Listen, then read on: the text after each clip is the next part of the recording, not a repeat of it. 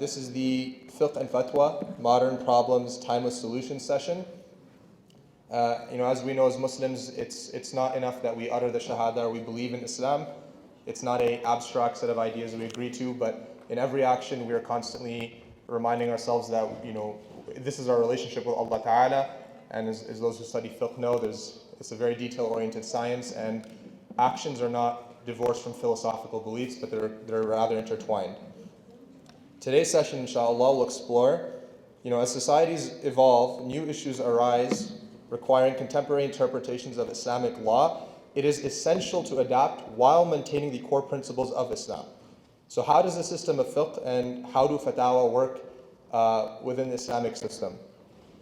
For today's talk, we have two esteemed speakers. Our second speaker is Sheikh Mustafa Umar. Sheikh Mustafa Umar completed his bachelor's in information and computer science from the University of California, Irvine, as well as a bachelor's in theology and Islamic law from the European Institute of Islamic Sciences in France. After that, a master's of arts in Islamic studies from the University of Gloucestershire, I don't know if I pronounced that correctly, in the UK. He also studied the Islamic sciences for a year at Nadwatul Ulama in Lucknow, India, and spent another year studying in Cairo, Egypt. Mustafa Umar later completed the traditional Ifta program at Darul Ifta, Birmingham, UK, granting him the traditional title of Mufti or Specialist in Islamic Law. Alhamdulillah, wa salatu wa salamu ala Rasulullah, wa ba'd. So I've been tasked with addressing a few particular issues to build upon what Sheikh Sohail has already mentioned. The first one is, do we need to follow a madhab or a school of thought? So let me just understand my audience very quickly. How many of you have heard the word madhab before? How many of you are aware of this term? Okay, a lot of you, mashallah. How many of you have ever been told that you need to follow a madhab? How many? Oh, quite a significant number, about half the audience. Okay, so what happens is, what is a madhab? A madhab is what's called a school of thought, or it's a way of looking at Islamic law.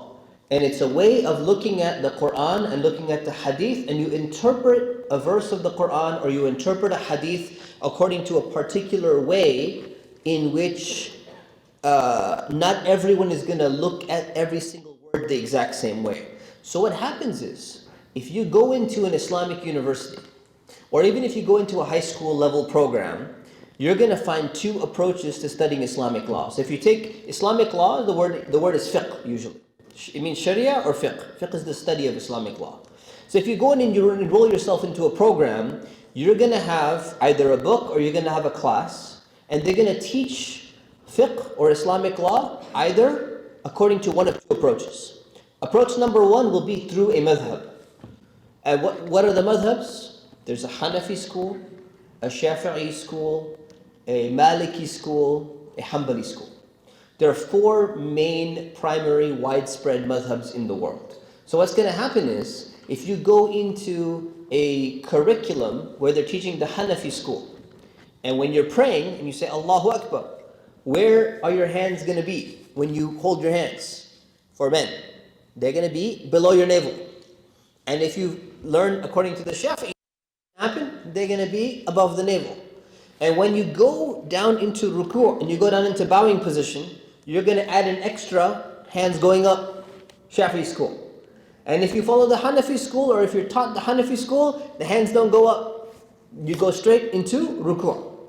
So there's going to be some small differences here. And what ends up happening is, whichever school you end up joining or whichever book you end up buying to teach you, you're either going to get a book according to one of these four schools, and this has become very... And it's important for you to understand why. Why would somebody have a particular school? Why does this curriculum have to have a Hanafi school or a Shafi'i school or a Maliki school or something like that? What's the point of that? Well, there's a reason. The reason is because when you're studying Islamic law, there's a lot of benefits to make sure that you're being trained in a way where people around you in the same school, they're not just going to be choosing random opinions all over the place, but rather you have one particular approach to studying Islamic law. So you're going to find that historically, 200 years ago, 500 years ago, 700 years ago, 900 years ago, this became a very famous and popular way for people to study Islam, Islamic law, fiqh. Whenever you go to a school, they're gonna identify which madhab they are studying. So this is one approach to studying Islamic law. The second approach to studying Islamic law is to say, we don't follow any madhab at all. In fact, we don't even believe in madhabs. These madhabs, these are all just made up schools. We shouldn't follow any of them. We follow directly from the Quran and from the Hadith. So we're not going to teach you what did Imam Abu Hanifa from the Hanafi school say. We're not going to teach you what Imam Malik from the Maliki school said. We're going to teach you just only what the Prophet Muhammad ﷺ taught. So every single time you learn a rule, we're going to put a hadith there. These are two ways of studying Islam.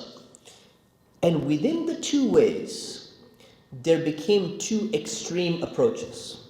The first extreme approach, when it came to a madhab, it began by people saying, when you study a book, you must pick a madhab. You pick the Shafi'i school, and you pick the Hanafi school, or you pick the Maliki school, and you must stick to that school no matter what, and you never ever leave that school. And if you ever have a question about Islam, you have to go and find, if you're a Shafi'i, you identify as Shafi'i. I hate the word identify due to the LGBT thing. But anyways, you studied, you consider yourself to be the Maliki madhab or whatever. You must find a scholar that follows that particular madhab, and you must ask them, what is the Maliki opinion on this particular issue? Now, and they say, if you don't, and you see another opinion, or you ask another sheikh and they give you another answer, you're following your desires because you left your own school and you're just picking whatever you want. It's like fatwa shopping. Like at some kind of store, you just go with whatever's the best price. This is one extreme approach. And the reason why it happened is because scholars, at some point hundreds of years ago, they saw people doing exactly this. They were fatwa shopping. So they would go to one scholar and they'd say, you know what? What's the ruling on dog saliva? I encounter a lot of dogs, or I like playing with dogs. And the Shafi'i scholar is going to say, you must wash off the dog saliva 7 times with water and 1 time with dirt or soap. Every single time, even a little tiny bit of dog saliva comes to you, and even if the dog brushes against you or something like that, you have to go clean your pants. And you can't just take them to the dry cleaners. And you can't just put them in the washing machine. You need to wash them 7 times. And you say, this is really tough. I'm looking for something a little bit easier. Let me go and ask somebody else. And you ask the other sheikh, hey, that was a tough answer. What's your opinion on dog saliva? And they give you another answer. The Hanafi school will say, oh, you only need to wash it 3 times. And you say, oh, I like that one. It's much easier. You say, but maybe there's an easier one. Let me go and ask somebody else. And you keep on asking and asking and asking, and then you're hoping to find an answer that basically gives you the absolute easiest thing. 5 minutes? Yeah, 20 minutes. All right. I'm going to speed this up then. Time just got cut in half. All right, so you do all of that, and you're basically trying to get something that's the easiest for you. What are you supposed to be doing as a Muslim? What you're supposed to be doing is you're supposed to be trying to do what you think Allah and His Messenger really intended and really wanted. That should always be the case. So the view was, if you leave your madhab for any reason, you must be following your desires automatically. And that became one extreme view in the group of people who say you must follow a madhab. Then the second view is that we don't need these madhabs, and we don't, who's Abu Hanifa and Shafi and Malik? Who are these people? We only do what Rasulullah sallallahu alaihi wasallam. We only care about these human beings. What do they know? And the problem with that approach is you're learning hadith, you're learning Quran, but the problem with the approach is we don't care what anybody has said for 1400 years. We're starting fresh. We're going to look ourselves at what the Quran says. We don't need tafsir. Look at what the hadith says. We don't need interpretations of any of these people. They're all human beings. We're human beings. If you look at any subject, does anyone approach a subject like that? If you look at medicine, let's say we some doctors in the audience, right? Somebody breaks their arm, right? Should we look at 1400 years of what have doctors said throughout history, and they built upon, they've dealt with 1 million broken arms. What did all these doctors say? So, who are these doctors? They're human beings, we're human beings. Forget all that. We're going to experiment from scratch. We're going to look at your arm directly, and I don't care what all the intellectual history of medicine has said. All that needs to be thrown away. I'm smart enough to figure this out on my own. I'm going to look at this arm and figure it out by myself. That's not the way medicine works. That's not the way law works. That's not the way history works. That's not the way philosophy works. That's not the way any subject works. So it became an extreme where the second extreme on this side became, we're going to ditch and throw away the entire intellectual legacy and history of Muslims for 1400 years. And Muslims were very clever. They're known to be, throughout history, other societies were not even as clever as Muslims at all. So these are two really extreme approaches, and what we need to do is we need to make sure we don't go into any of these extremes, but we're somewhere in the middle. So I'm just going to summarize that. What about this idea of Googling fatwas and stuff like that? Well, we need to be careful for two reasons. Number one, the context matters very much. So if you go on a website, or you go to Google, or even if you go on a website, islamqa.com, .org, .net, whatever it is, they're fighting over domains. I'm not going to get into that. And you type something in there, you see an answer. That answer might have been written in Sudan, or in Saudi Arabia, or in Iran, or in some other context. And it doesn't necessarily apply in your context. So you say, okay, we're going to a scholar, we're going to someone who's knowledgeable, we're going to somebody who knows what they're talking about. But do you know the context in which it was said? Number one. Number two, is this the only scholar that has answered this question? I mean, is there a reason to go and ask somebody else? So I'm going to quote you a fatwa from the Sheikh al-Islam of the Ottoman Empire. Sheikh al-Islam Hussein from the Ottoman Empire was asked the question, and this is in his fatwa collection, multi-volume fatwa collection. He said, Zayd is drunk. Not a good Muslim, obviously. Zayd gets drunk, and he divorces his wife with a triple divorce. This is a Hanafi scholar, Ottoman Empire. The Turks were Hanafis. So he says, according to the Hanafi school, this is going to count despite the fact that he was drunk. After daybreak, he's sober again, he has a hangover, whatever it is, and now he denies that he ever pronounced talaq to his wife. But his wife Hind is unable to prove that she remembers him making the triple divorce. So the question that the lady asked, this is a real question. What is the way for Hind to save herself from zina? Because from the wife's perspective, Hind's perspective, she got divorced, triple divorce, despite the fact that the guy was drunk.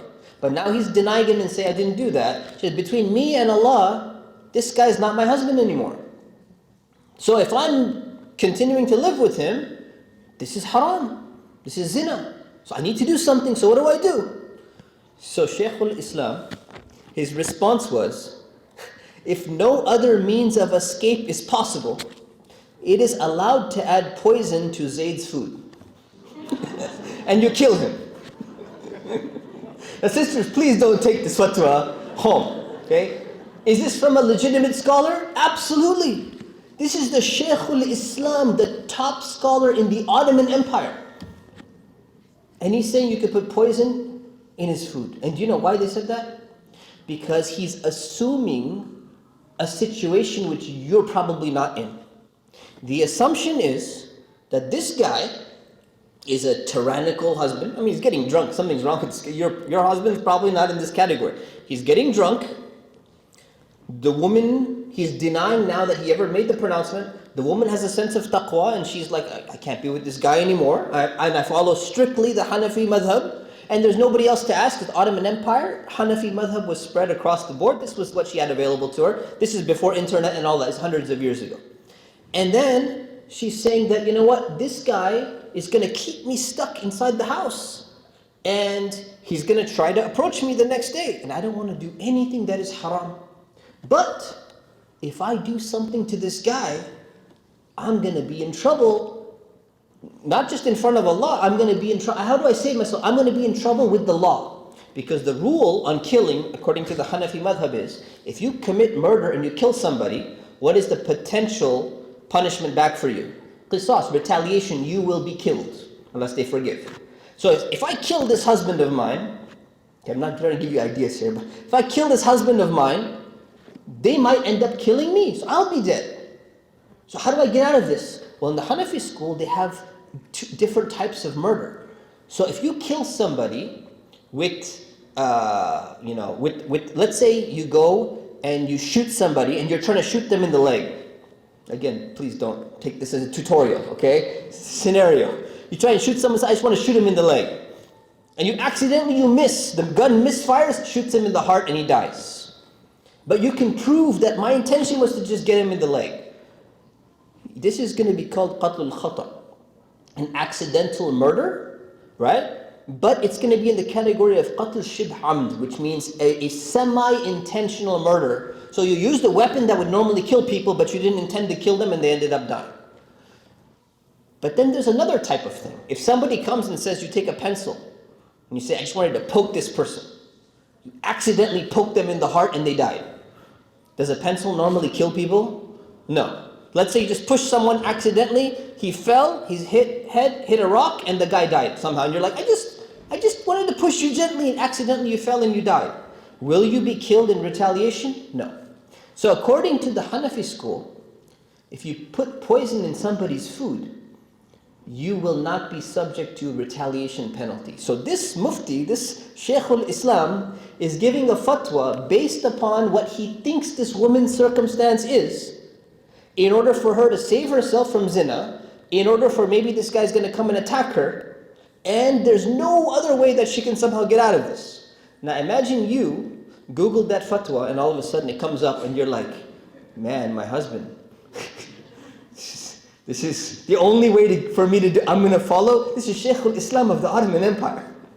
Sorry, Habib, poison in your food. No, so obviously the Sheikh al-Islam came later. Sheikh Abu Sa'ud, one of the great scholars, came back and said, no, you go to the qadi, go to the judge and you ask them to separate the two. There's a way out of this. There's a whole article on this, by the way. It's in the Journal of Islamic Law and Society by a non-Muslim called Colin Imber. It's called Why You Should Poison Your Husband. And it gives you all the different fatwas in the Hanafi school about the different fatwas that have been given by different scholars about poisoning your husband. Now, should you pick and choose what you want? Sisters, please don't pick and choose on this one.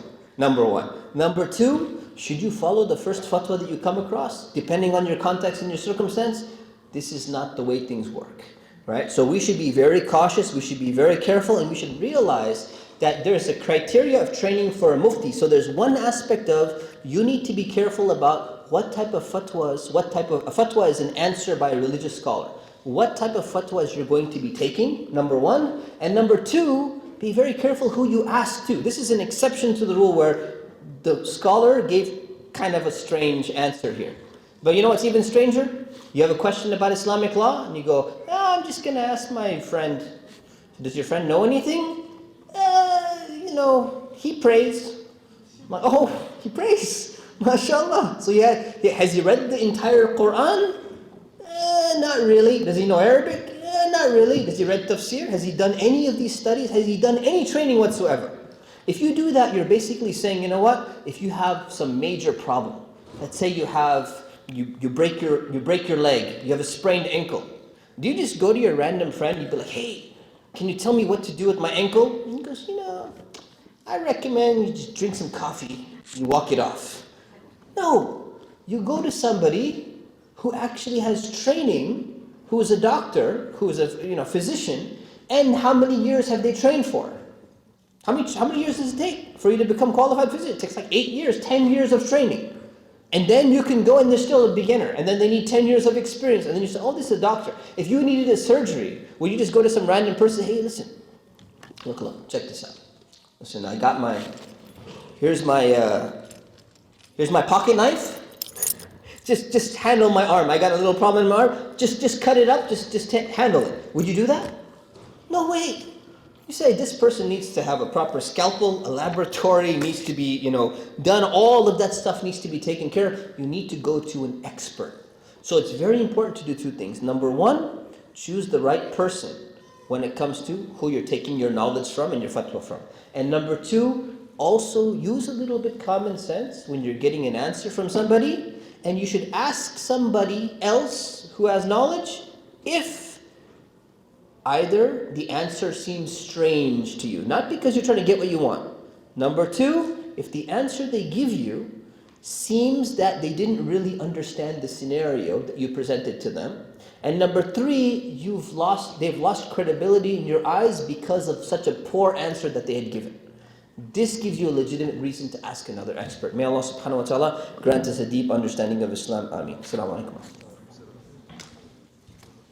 Jazakallahu khairan, Sheikh Mustafa Umar. We've got a lot of ideas and insights on how to maybe harm our spouses. Unfortunately, we'll conclude the session here, and we'll see you all at Dhuhr, inshallah ta'ala. سبحانك اللهم وبحمدك نشهد أن لا إله إلا أنت نستغفرك ونتوب إليك ونعصي